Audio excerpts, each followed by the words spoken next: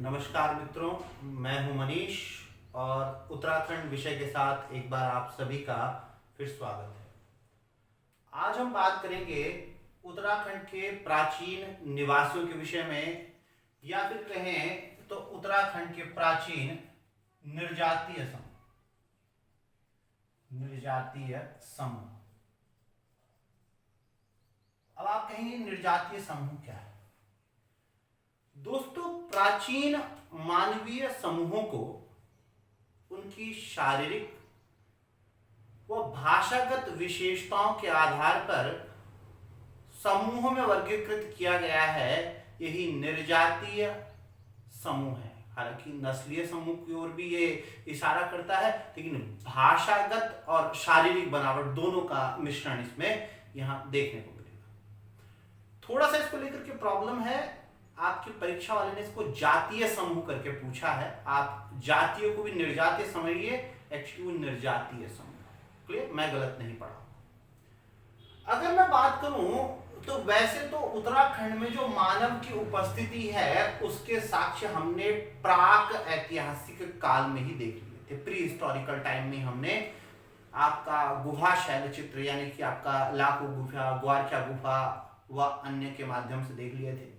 साथ ही साथ पत्थर के हथियार और औजार हमने, चाहे वो अलकनंदा की नदी की घाटी में खापली हो या फिर आपका पुरोला व अन्य जगहों से प्राप्त हो। लेकिन यहां पर किसी के नाम का उल्लेख, क्योंकि लिपि तो थी नहीं मिला। अगर मैं बात करूं तो जो आपका धार्मिक पौराणिक ग्रंथ हैं, धार्मिक पौराणिक ग्रंथ, ये दोस्तों आपका यहां निवास करने वाली प्राचीन, ये जो अगर आपकी परीक्षा में जैसा पूछा गया जातीय समूह, वैसे निर्जातीय समूह है, इनके विषय में जानकारी। इनमें अगर मैं बात करूं तो मैंने पहले महाभारत की चर्चा की थी। अगर मैं बात करूं तो महाभारत बता चुका हूं मैं आपको। और महाभारत में आपका मैंने किरात, नाग, यक्ष, यक्ष और आपका अगर मैं बात करूं तो कुलिंद, इनकी चर्चा को उल्लेख किया था। यानी कि आप ये समझ गए कि धार्मिक पौराणिक ग्रंथों में सर्वप्रथम इन प्राचीन जो निवासी थे उत्तराखंड के, इनके विषय में जानकारी मिलती है। आइए मित्रों, एक एक करके इन निवासियों के विषय में, इनके विषय में जो जानकारी मिलती है वो किन स्रोतों से मिलती है, आखिर वो कौन निवासी थे, वो जानने की कोशिश करते हैं। इनमें दोस्तों सबसे पहले हम बात करेंगे कोल जो है उनकी। कोलों को लेकर दोस्तों आपका एक व्यक्ति है डॉक्टर शिव प्रसाद डबराल। उनका कहना है कि ये उत्तराखंड का, एक बात आप समझ लीजिए, उत्तराखंड का सबसे प्राचीन निर्जातीय समूह है। निर्जातीय समूह, आपके परीक्षा वाले ने इसी को जातीय समूह कह दिया। हालांकि जाति व्यवस्था का तो आरंभ ही जाकर के बहुत बाद में होता है भैया। हमारा समाज तो एक लंबे समय तक 4 वर्णों में विभाजित होगा। हालांकि वर्णीय व्यवस्था से भी बाहर हैं ये लोग। यहाँ आर्य संस्कृति का प्रसार आपका धीरे धीरे आगे चल करके होगा, लेकिन फिर भी परीक्षा में जैसा पूछा जाता है, मैंने कहा अब परीक्षा में ये प्रश्न भी आया। और ये जो मत है, और ये किसने माना है, तो ध्यान रखना, ये ऐसा मानना है डॉक्टर शिव प्रसाद डबराल का। शिव प्रसाद डबराल हिस्टोरियन रहे हैं बहुत बड़े उत्तराखंड के, ठीक है ना, इतिहास का। इन्होंने ही रानी कर्णावती को नाक काटी रानी कहा।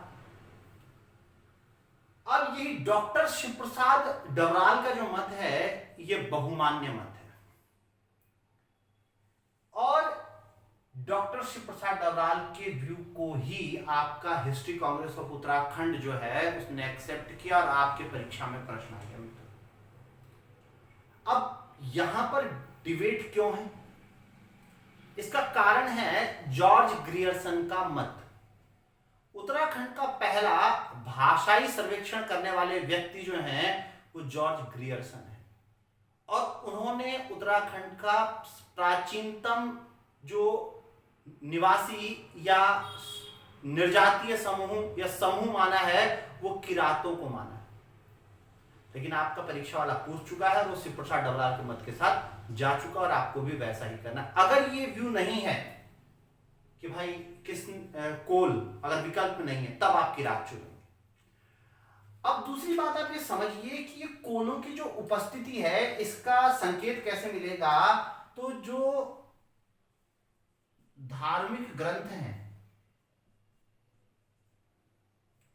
धार्मिक ग्रंथ, इनमें दोस्तों आपका इनके लिए शब्द का प्रयोग किया गया है। इन्हें कहा गया है आपका शाबर। ये शाबर कहा गया है। अब एक तो शाबर का मिलना और कोलों की उपस्थिति का संकेत। अब पूछा जा सकता है कि किसके लिए शाबर शब्द का प्रयोग किया गया? तो कोलों के लिए किया गया। क्या है? तो उत्तराखंड के प्राचीन निवासी निर्जातीय समूह और डबराल जी ने सबसे प्राचीन माना। अब इनकी उपस्थिति का साक्ष्य अगर आप देखेंगे तो कुछ शब्दों का प्रयोग उत्तराखंड में जो रहा है नामों में और स्थानों के नामों में, उससे भी इनकी उपस्थिति का संकेत विद्वान उत्तराखंड की धरती पर मानते हैं। वो देखिए, ठीक है, देखिए, हाँ, शब्दों द्वारा उपस्थिति, ठीक है, यहां शब्दों द्वारा, हाँ, यहां पर क्या होना? उपस्थित होने का संकेत। ठीक है, अब ये समझिए, शॉर्ट में बात कर रहे हैं हम लोग। अगर आप देखेंगे तो हमें यहां पर व्यक्तियों के नाम, अगर आप देखेंगे व्यक्ति जो है या व्यक्ति जो है का नाम हो या स्थान का नाम, इनके आगे कुछ शब्द मिलते हैं। क्या शब्द मिलते हैं? ये देखिए, कुछ शब्द लिखे हुए मिलते हैं। ये मिलते हैं आपका ता, ये नामांत में, ठीक है, कहां?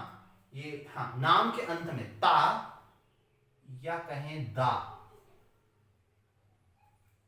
और आप देखेंगे कि शिल्पकार समूह में ये ता और दा शब्द नामांत में प्रयोग करने की जो परंपरा है वो आपको देखने को मिल जाएगी। इसके अलावा अगर आप देखेंगे तो आपका गढ़ या कहें तो आपका गाढ़, ठीक है, ये शब्द का प्रयोग आप देखने को मिलेगा। अब इन शब्दों के प्रयोग का, अब उनका अपना रिसर्च है कि कैसे उन्होंने इन सारी चीजों के साथ उनको जोड़ा और इन दी एंड बताया कि इन शब्दों का प्रयोग यहां होना कोलों की प्राचीनतम उपस्थिति को यहां पर क्या करता है? इंगित करता है और ये भी बताता है कि वो वर्तमान में आपके जो समूह हैं उत्तराखंड में निवास करने वाले, उनके साथ मिक्स हो गए हैं और इन नामों के प्रचलन का होना, वर्तमान में भी उनके सदस्यों का आप ही के बीच में उपस्थित होना इस ओर संकेत करता है। पहली बात हमने कोलों को लेकर के समझी। अगली बात, अगली अगर हम बात करें तो अगला प्राचीनतम मानवीय समूह में जो दूसरा है वो है आपका किरात। इसी के लिए आपका शब्द का प्रयोग किया गया है कीर पुरुष। कीर पुरुष, अगर मैं इस किरात या कीर पुरुष की बात करूं तो अन्य नाम भी मिलते हैं इसके। अन्य नाम, अब देखिए क्या है ये अन्य नाम? ये है आपका मुंडा या मुंड। ये इसके अलावा अगर मैं बात करूं दोस्तों आपका, तो इनके लिए आपका किन्नर, ये वो वाला किन्नर नहीं है जो आप सोच रहे हैं, शब्द का प्रयोग किया। महाभारत में मार्कंडे पुराण में मैं आपको बताऊंगा, मेगास्थनीज की इंडिका हो या त्रिभुवन राजदेव का बागेश्वर लेक, मैं सभी की चर्चा नहीं कर सकता, यहाँ पे बहुत सारे एविडेंसेस हैं। आप आगे जब पढ़ेंगे पूरे उत्तराखंड का इतिहास मुझसे, संस्कृति मुझसे, तो फिर वहां प्रसंग आते रहेंगे और आपका ज्ञान बढ़ता रहेगा। ये सिर्फ मैं एक फ्रेम आपके सामने रखा हूँ, छोटा सा बहुत संक्षिप्त चर्चा जो है वो आप लोगों के साथ। और आपने देखा कि परीक्षा में कैसे मानक प्रश्न आते हैं और लोग उसका उत्तर नहीं दे पाते। अगर मैं बात करूं आपका एक किरात या कीर पुरुष या मुंडा या किन्नर की, तो जो जॉर्ज अब्राहम ग्रियर्सन है, जॉर्ज अब्राहम ग्रियर्सन,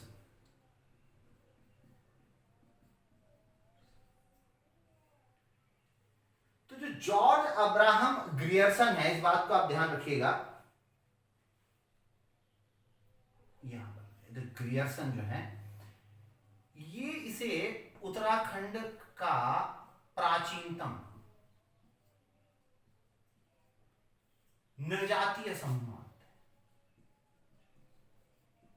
हैं। निर्जातीय समूह, आप खुद जानते हैं कि जाति व्यवस्था का प्रचलन अभी तक नहीं है। निर्जातीय समूह क्यों? क्योंकि भाषा विज्ञानी है ये जॉर्ज अब्राहम ग्रियर्सन, लिंग्विस्टिक है। उन्होंने पहली बार आपका जो वास्तविक वैज्ञानिक भाषाई सर्वेक्षण है आपका भारतीय भाषाओं का, वो किया। उन्होंने आपका इसी जो गढ़वाल और कुमाऊं वाला क्षेत्र है, यहाँ का भी भाषाई सर्वेक्षण किया और यहाँ की जो बोलियां हैं गढ़वाली और कुमाऊनी, उनको आपका अलग अलग पार्ट में बांट करके आपके सामने वैज्ञानिक तरीके से प्रस्तुत किया। तो उनका ऐसा कहना है। अब देखिए, कई बार ऐसा हो सकता है कि प्रश्न परीक्षा में कोल विकल्प में हो ही ना, और आपसे पूछा जाए कि उत्तराखंड का प्राचीनतम निर्जातीय जातीय समूह है, तो आप कहेंगे भैया क्या है?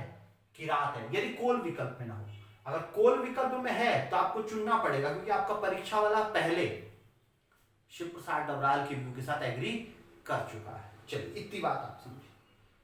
मैं इनकी बात करूं दोस्तों आपका, तो इनकी उपस्थिति का उल्लेख देख लीजिए, ठीक है, या इनके होने का यहां पर साक्ष्य देख लीजिए। हाँ, साक्ष्य देख लीजिए, साक्ष्य। अब इस साक्ष्य को जितना संक्षिप्त हो सके मैं करने की कोशिश करता हूं। इनमें देखिए आपका कि महाभारत का वन पर्व, इसे ही क्या कहते हैं? आरण्य पर्व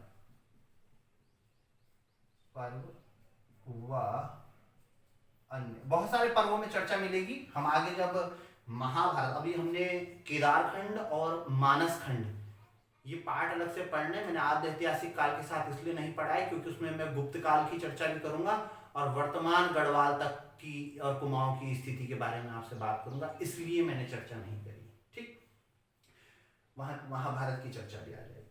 तो महाभारत के वन पर्व, आरण्य पर्व व अन्य पर्व जो हैं, उनमें आपका किरातों के विषय में चर्चा मिलती। इसके अलावा अगर मैं बात करूं तो दोस्तों आपका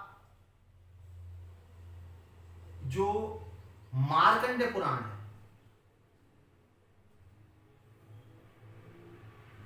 मार्कंडे पुराण इसमें मिलती है। मेगास्थनीज की इंडिका में भी इस क्षेत्र में किरातों की उपस्थिति की ओर संकेत किया गया है। और अगर मैं बात करूं तो कार्तिकेयपुर राजवंश, कुछ विद्वान उसे कत्यूरी राजवंश मानते हैं क्योंकि ये आपका कौ के सामी के कारण आपका एटकिंसन की गलती थी। शिव प्रसाद डबराल व बौह राहुल सांस्कृतायन व अन्य ने उसी व्यू को फॉलो किया। डॉक्टर अजय सिंह रावत जी का व्यू भी वही है। मैं गलत सही नहीं कह रहा, लेकिन अन्य एक विद्वानों का बड़ा धड़ा है जो उसको कार्तिकेयपुर राजवंश मानता है। खैर, आप कार्तिकेयपुर मानिए, कत्यूरी मानिए, वो आगे डिस्कस करेंगे, अभी वो डिबेट है। मित्रों, यहां पर क्या है कि शासक है त्रिभुवन राजदेव।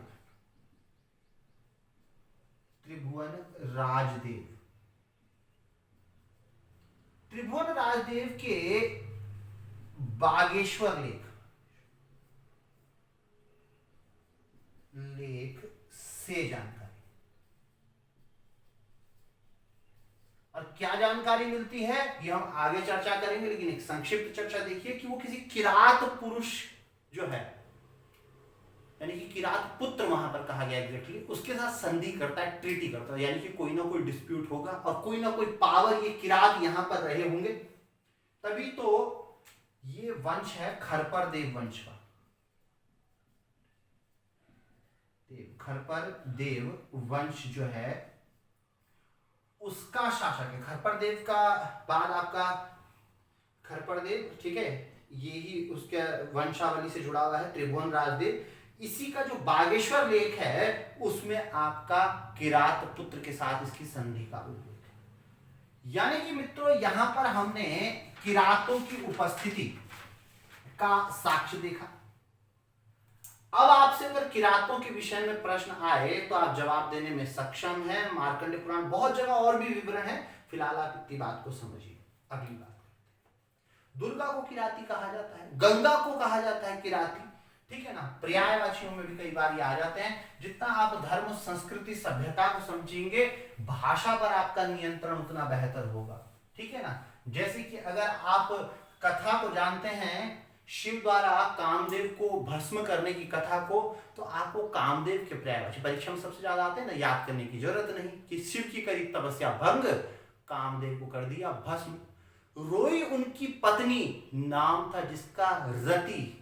शिव ने कहा वापस तो न मिलेगा पति, बस मन में भाव के रूप में विराजेगा सबके। चलाएगा प्रेम के बाण, वो भी पुष्प के साथ, हुआ पुष्प धनवा, ठीक है। अब ऐसे ही आप समझ लीजिए कि रतिपति, पुष्प धनवा, अनंग बिना अंग वाला, अतनु बिना तन वाला, और बहुत सारे। मैं हिंदी विषय में नहीं जाऊंगा, कभी समय मिला तो हिंदी की बात भी करेंगे। वापस आइए,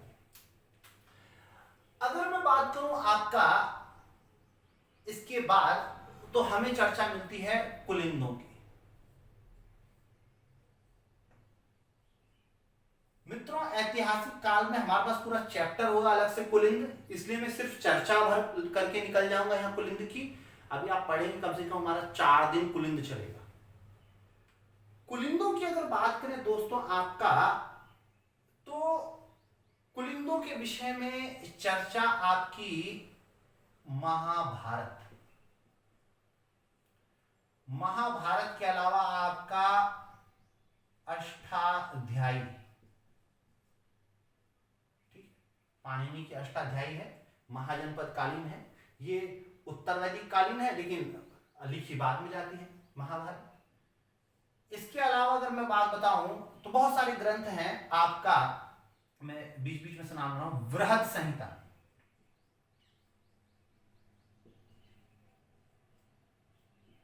आदि, ठीक, अनुवृत्त आपका रिपीटेशन का साइन लगा दिया मैंने, आप कंटिन्यूटी का, ठीक है, आदि।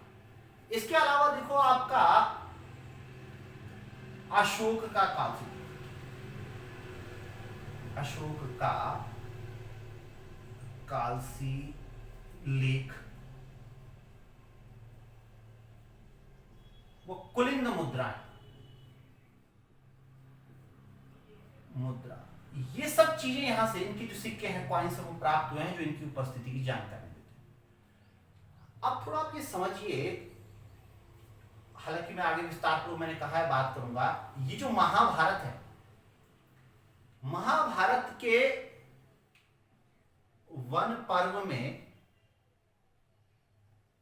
ऐसे आपने क्या कहा, आरण्य पर्व, इसमें पांडवों के उत्तराखंड में आने की चर्चा मिलती है, और इसी वन पर्व में यह चर्चा मिलती है कि वो आपका सुबाहुपुर,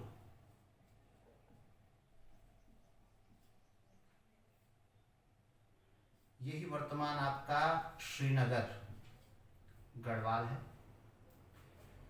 में एक रात रुके।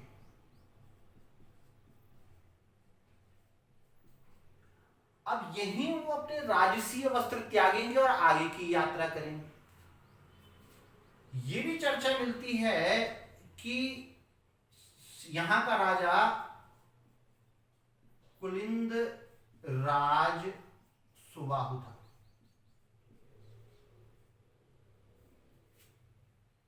यानी कि कुलिंदों का राजा सुबाहु था, जिसका राजधानी सुबाहुपुर या श्रीनगर थी, ने पांडवों की ओर से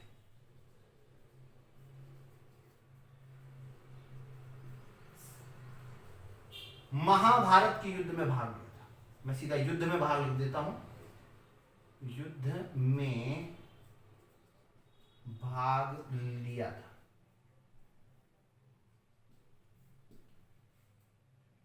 ठीक, अब देखिए वन पर्व में आए कुलिंदों का विवरण, सर्वाधिक विवरण अगर कहें कुलिंदों का तो महाभारत के वन पर्व में यहां पर मिल गया है। अगर किसी भी साहित्यिक ग्रंथ की अगर मैं बात करूं, धार्मिक ग्रंथ की बात करूं, साहित्यिक ग्रंथ की बात करूं, तो यहां अभी आगे हमने पढ़ना है, लेकिन यहां पर आप ये समझ लीजिए कि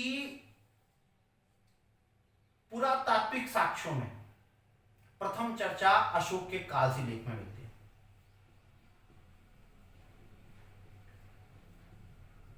साक्ष्यों में इसी से प्रथम चर्चा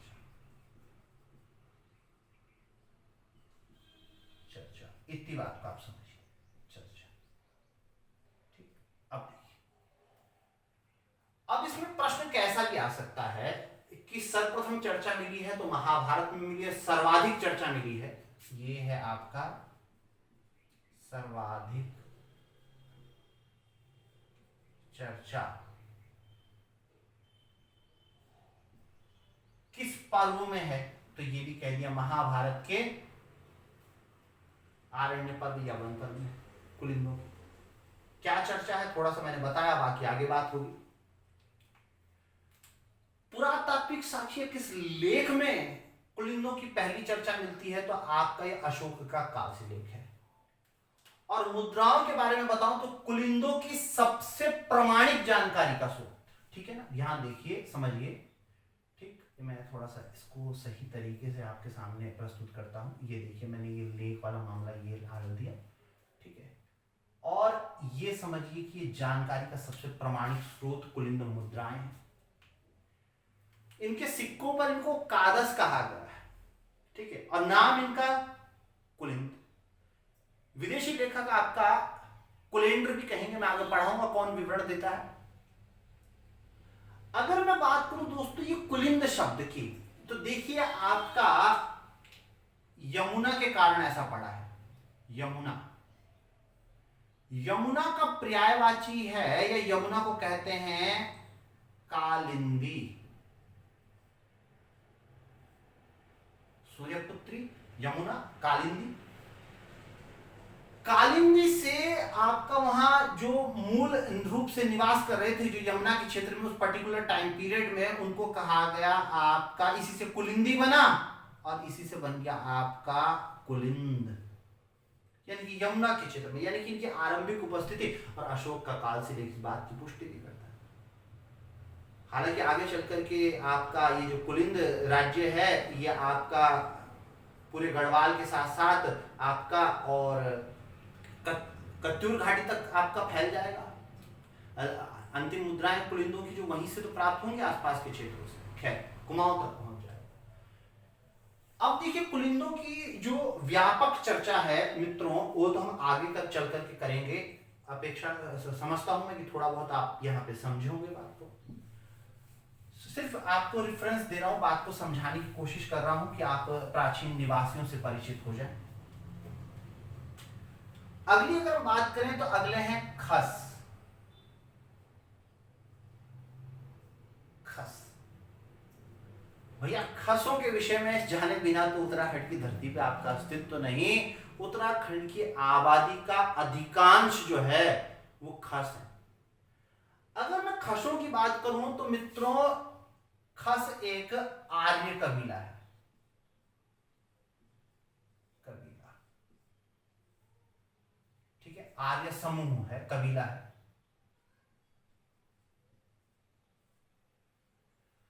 अब आर्यों का समूह है, आर्यों का कबीला है खस, ये तो बात आपका विद्वानों ने मानी है। और इसका जो विस्तार है, ठीक है, एक तो ये बात हो गई दूसरा है खसों का विस्तार, फैलाव।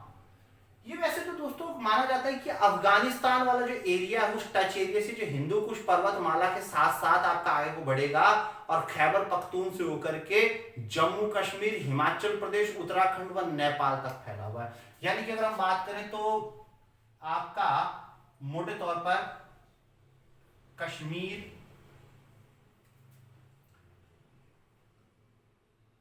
हिमाचल के अलावा उत्तराखंड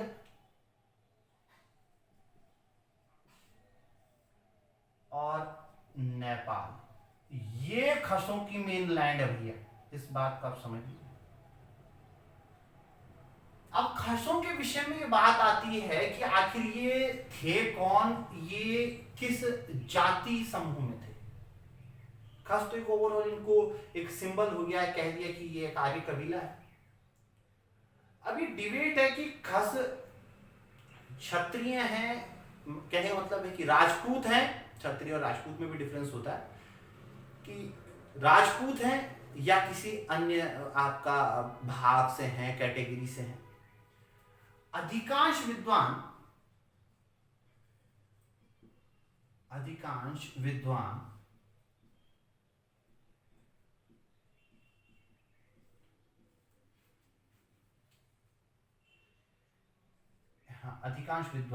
आपका इन्हें राजपूत मानते हैं, इतनी बात का।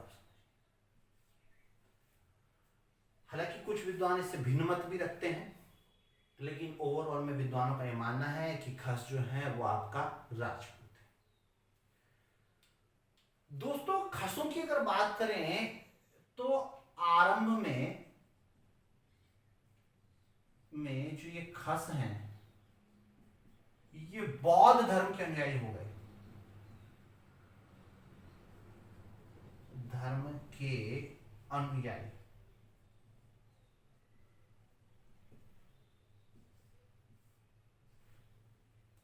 अब आगे चल करके शंकराचार्य आएंगे, धीरे धीरे आपका हिंदू धर्म का उत्थान होगा और हिंदू धर्म जो है उसे आगे चल करके खस अपना लेंगे। ठीक है, आरंभ में खस क्या थे?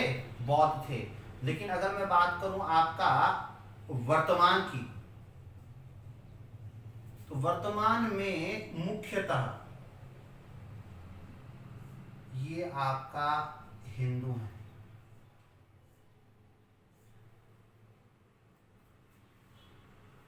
मुख्यतः इसलिए कहा कि दोस्तों आपका भोटिया भी जो है वो खस राजपूतों की श्रेणी में गिने जाते हैं, लेकिन कुछ हमारे यहाँ उत्तरकाशी जनपद में जैसे जाड़ भोटिया हुए तो वो बुद्धिस्ट है। अब यहाँ पर देखिए खसों के बारे में मैं आपको बताऊं कि इनके विषय में जो चर्चा है वो एक तो आपका काव्य मीमांसा में मिलती है। एक विद्वान है राजशेखर, ठीक है, मैं मिटा के आपको पूरी चर्चा आपके यहाँ देखिए। एक विद्वान है, हाँ एक मिनट, खसों की चर्चा, एक तो है काव्य मीमांसा,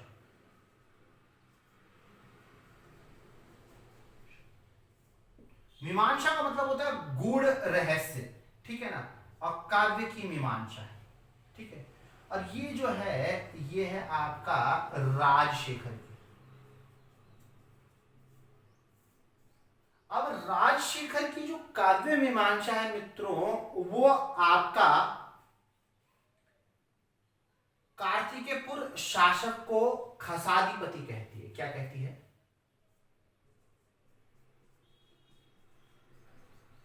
कार्तिकेयपुर शासक को खसादिपति कहती है।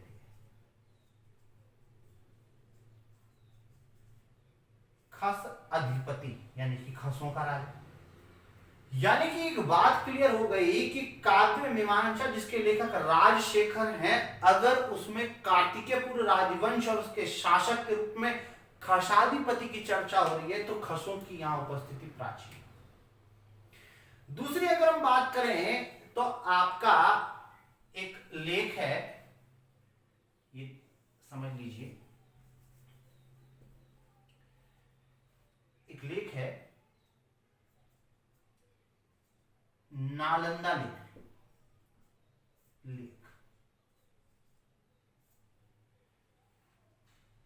नालंदा लेख जो है ये पाल शासकों का है। पाल, बंगाल का पाल वंश, उसमें धर्मपाल का है। अब यहां पर उत्तराखंड के शासक की चर्चा तो नहीं हो रही, लेकिन पश्चिमी नेपाल का शासक है आपका अशोकाचल। अशोकाचल का उल्लेख वहां पर आया है। हालांकि अशोकाचल का नियंत्रण भी इसी क्षेत्र में होगा एक समय तक, और अशोकाचल के लिए खसपति शब्द का प्रयोग किया। अशोकाचल जो है को खसपति कहा है। अब खसपति खसाधिपति, यानी कि खसों की उपस्थिति थी। क्लियर हो गया। और अशोकाचल का लेख हमें कहां से मिला है? तो आपका गोपीनाथ मंदिर, जिसे रुद्रमहाला मंदिर कहते हैं, वहां के त्रिशूल लेख से मिला है। इसके अलावा बाड़ाहाट त्रिशूल लेख से मिला है अशोकाचल। ठीक है। अब अगली बात आप यहां पर देखिए कि खसों की उपस्थिति का साक्ष्य आपका गुप्तकालीन ग्रंथ वृहत संहिता, वृहत संहिता, वृहत संहिता, इसमें भी मिलता है। विरामहित की रचना है वृहत संहिता। वृहत संहिता में एक शब्द आया है, नाम है आपका, ये देखिए, तंगा। ये तंगा शब्द का जो प्रयोग है ये खस के एस्पेक्ट में किया गया, खसों के लिए किया गया। और खस अपने मोटे हिसाब के लिए जाने जाते हैं। हमारे यहाँ कहावत है, ठीक है, कि भैया मोटा हिसाब किताब, यानी कि ज्यादा फिक्र टेंशन कुछ नहीं है, ताकत से सारे काम होते हैं। ठीक है ना। खैर, आगे बात करेंगे कभी, फिलहाल इतनी बात समझिए। अगर मैं बात करूं इनकी, तो इसके अलावा और जातियां हैं जिनमें है नाग। आइए हम नाग की चर्चा करते हैं। अपेक्षा करता हूं आप समझ रहे होंगे।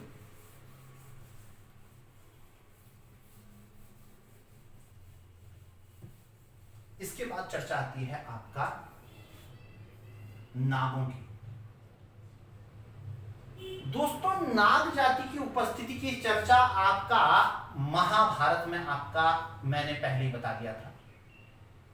महाभारत में आपकी क्या मिल गई है? चर्चा मिल गई। अब महाभारत में आई चर्चा क्या मात्र पूरी कल्पनाएं हैं या वास्तविकता से कुछ लेना देना है? आइए इस बात की पुष्टि करते हैं।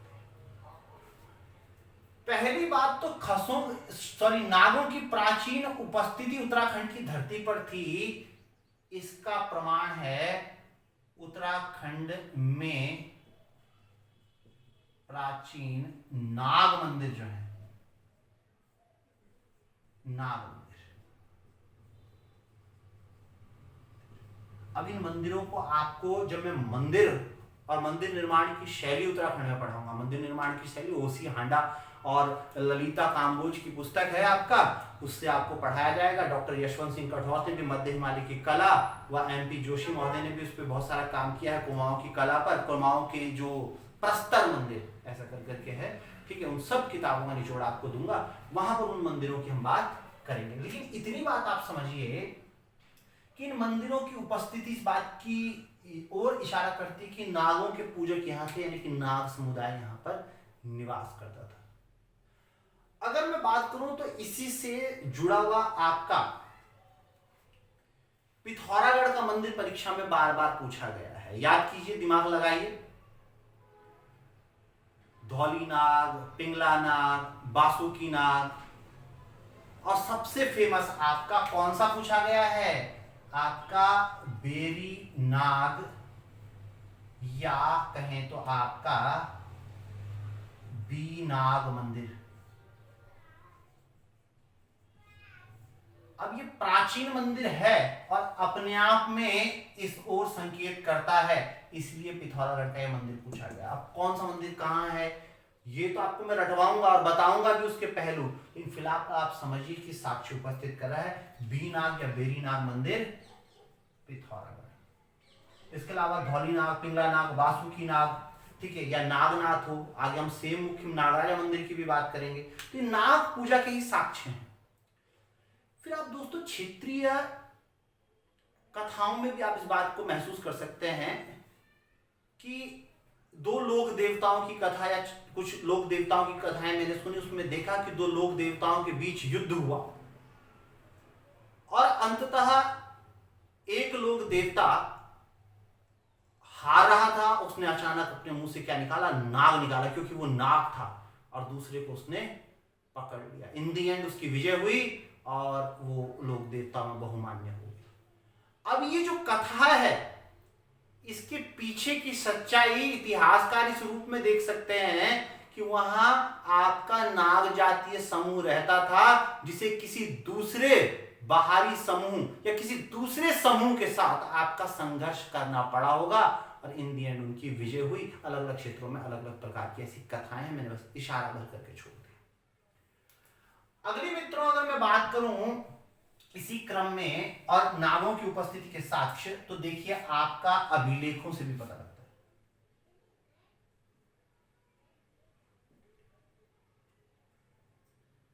ये अभिलेख या इंस्क्रिप्शन जो है इनमें आप देखिए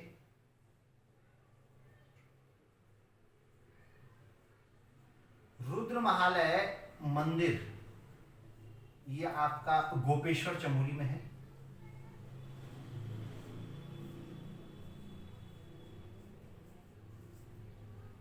गोपेश्वर चमोली रुद्र महालय मंदिर, इसको गोपीनाथ मंदिर भी कहते हैं, रुद्र शिव मंदिर भी कहते हैं। ग्वाले के रूप में शिव की पूजा होती है।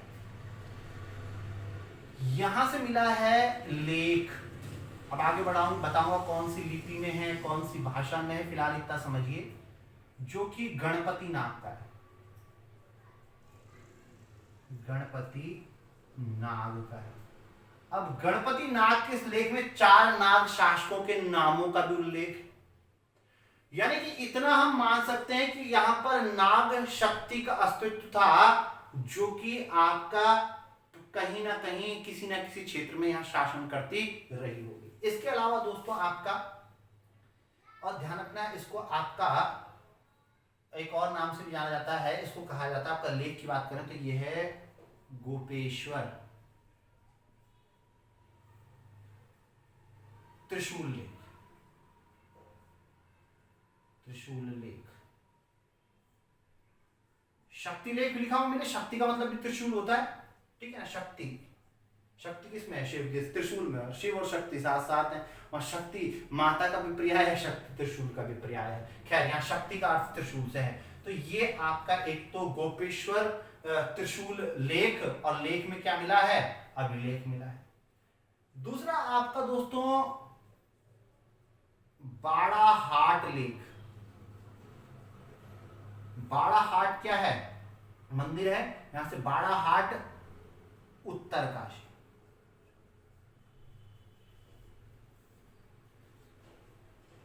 का त्रिशूल लेख, अब इसको समझ लीजिए। यहां पर दोस्तों आपका गणेश्वर व गुह, इसी पे आपका अशोकाचंद्र का भी लेख है, लेकिन अभी हम उसकी चर्चा नहीं कर रहे हैं, इनकी भी विस्तृत चर्चा आगे चल करके होगी। गणेश्वर और गुह का लेख मिला है। ये किस लिपि में लिखे गए हैं, उत्तराखंड हाईकोर्ट भर्ती परीक्षा में पूछा गया है। गणेश्वर और गुह तो पहले ये पता हुआ आदमी को, पता नहीं कैसे लोगों ने जवाब दिया, और जवाब देने वाले वो कहां से जानकारियां जुटाई, ये भी अपने आप में एक बड़ी बात है। खैर चलिए कोई बात नहीं। तो बाड़ाहाट का जो त्रिशूल लेख है उसमें आपका अशोकाचंद्र का भी लेख है, और उसमें गणेश्वर और गुह का लेख है। तो गणेश्वर और गुह जो है इनका संबंध विद्वान, कई लोग तो गणपति नाग और गणेश्वर को एक ही मानते हैं, लेकिन डॉक्टर कछौट ने इस बात का खंडन किया है। लेकिन इनका संबंध भी ज्यादातर विद्वान आपका कहते हैं कि ये नाग शासक थे। तो कुल मिलाकर के ये जो मामला है पूरा का पूरा ये नागों की उपस्थिति की ओर संकेत करता है। तो जब हमारी चर्चा महाभारत पे आएगी, अभी हम जब गढ़वाल पढ़ेंगे तो कहां कहां क्या प्रसंग है वो पढ़ेंगे, तब वहां नागों की चर्चा आएगी। और साथ ही साथ कुमाऊं पढ़ेंगे तब नागों की चर्चा आएगी। और सबसे बढ़कर आपके प्राचीन मंदिर जब हम देखेंगे, चित्र सहित दिखाऊंगा आपको। अब तो कैमरा है ना, चित्र सहित दिखाऊंगा भैया, डिजिटल बोर्ड नहीं है, लेकिन जो हो सकेगा वो मैं करूंगा अल्प संसाधनों में आप सबके लिए। ठीक है, चलो अगली बात। अगर मित्रों मैं बात करूं इसके आगे, तो यहां पर अब जो चर्चा है वो चलती है आपकी यक्षों की ओर। यक्ष, ठीक है, यक्ष उत्तराखंड में निवास करने वाला एक प्राचीन मानव समूह है। अब क्योंकि ये आधे मानव व आधे देवता माने जाते हैं,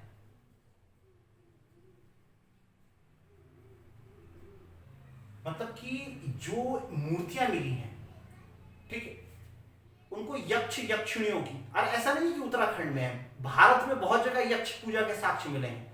अब ये मूर्तियां, ये जो आप देवी देवता पूजते हैं, इनसे भिन्न है। और ये मूर्तियों में मानवीय आकृतियां हैं, लेकिन उनकी शारीरिक बनावटों में कुछ भिन्नताएं हैं, और आधा मानव रूप और आधा दैवीय रूप उनको दिया गया है। तो ऐसे जो यहां पर आधा मानव और आधे देवता जैसी आकृतियां मिली हैं, इन्हें यक्ष कहा गया है। और इनके उपासक रहे होंगे, जो मूर्तियां मिली हैं उनके लिए भी यक्ष शब्द का प्रयोग किया गया है। अब दोस्तों अगर मैं इन यक्षों की बात करूं, तो इन्हें उत्तराखंड में जाख नाम से भी जाना जाता है। जाख है ना, जाख का मेला। तो ये जाख कुछ और नहीं, आपके यक्ष देवता, यक्ष यक्षिणी। अगर मैं बात करूं तो इसका सबसे बड़ा उदाहरण, उत्तराखंड में जब मंदिरों की बात करें तो मैं आपको जाखों से जुड़े या यक्षों से जुड़े मंदिर और मूर्तियां आपको दिखाऊंगा। अभी फिलहाल आप ये समझिए, इससे परीक्षा में भी बार बार प्रश्न आया है। एक मंदिर है जाखन देवी मंदिर,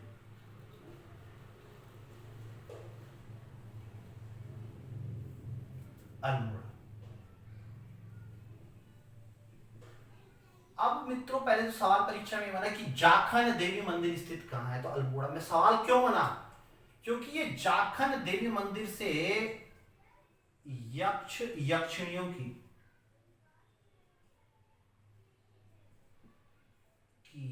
मूर्तियां प्राप्त हुई, और ये बड़ी संख्या में प्राप्त हुई है। हालांकि गढ़वाल से भी बहुत जगह से प्राप्त हुई है। ये अब आप यक्ष या जाख के बारे में समझ गए, आगे आप कल्चर पढ़ेंगे मित्रों, आप और बहुत कुछ जानेंगे। अब आप ये समझिए, धीरे धीरे देखिए कि उत्तराखंड का स्तर कितना ऊंचा है आपकी परीक्षा में, और आपकी परीक्षा का 40% भाग अकेला उत्तराखंड राज्य विशेष है। और फिर हम लोग कुंजियों से पढ़ते हैं। हम जो हिस्ट्री बैकग्राउंड, कल्चर बैकग्राउंड के लोग नहीं है, उन लोगों से पढ़ने की कोशिश करते, तो कैसे वो आपको राजनीतिक व्यवस्था उत्तराखंड की ऐतिहासिक मायनों से जोड़ करके बताए, कैसे आपको सभ्यता, संस्कृति और चीजों के बारे में बताए। बस चल रहा है ऐसा, और हो रहा है, और लाखों लोग पेपर दे रहे हैं, बस चलता जा रहा है और चलता जा रहा है, और पैसे लोग खर्च कर रहे हैं। मित्रों अगर आपको मेरा लेक्चर अच्छा लगा तो ज्यादा से ज्यादा लाइक करें। आप लाइक करेंगे तो ही मैं लेक्चर डालूंगा, इस बात को आप क्लियर, मैं अपने मन से आपको क्लियर बात बता देता हूं। ज्यादा से ज्यादा लाइक करें, ज्यादा से ज्यादा सब्सक्राइब करें और करवाएं, और बेल आइकन पर आप लोग क्लिक करें, घंटी पर, आपको तुरंत पता लगेगा कि हाँ मनीष सर ने डाला। आप अगर अच्छे तरीके से करेंगे, मेरे सब्सक्राइबर 5000 प्लस अगर तुरंत पहुंचते हैं, तो मैं फिर आपको हिंदी विषय के भी लेक्चर डालूंगा।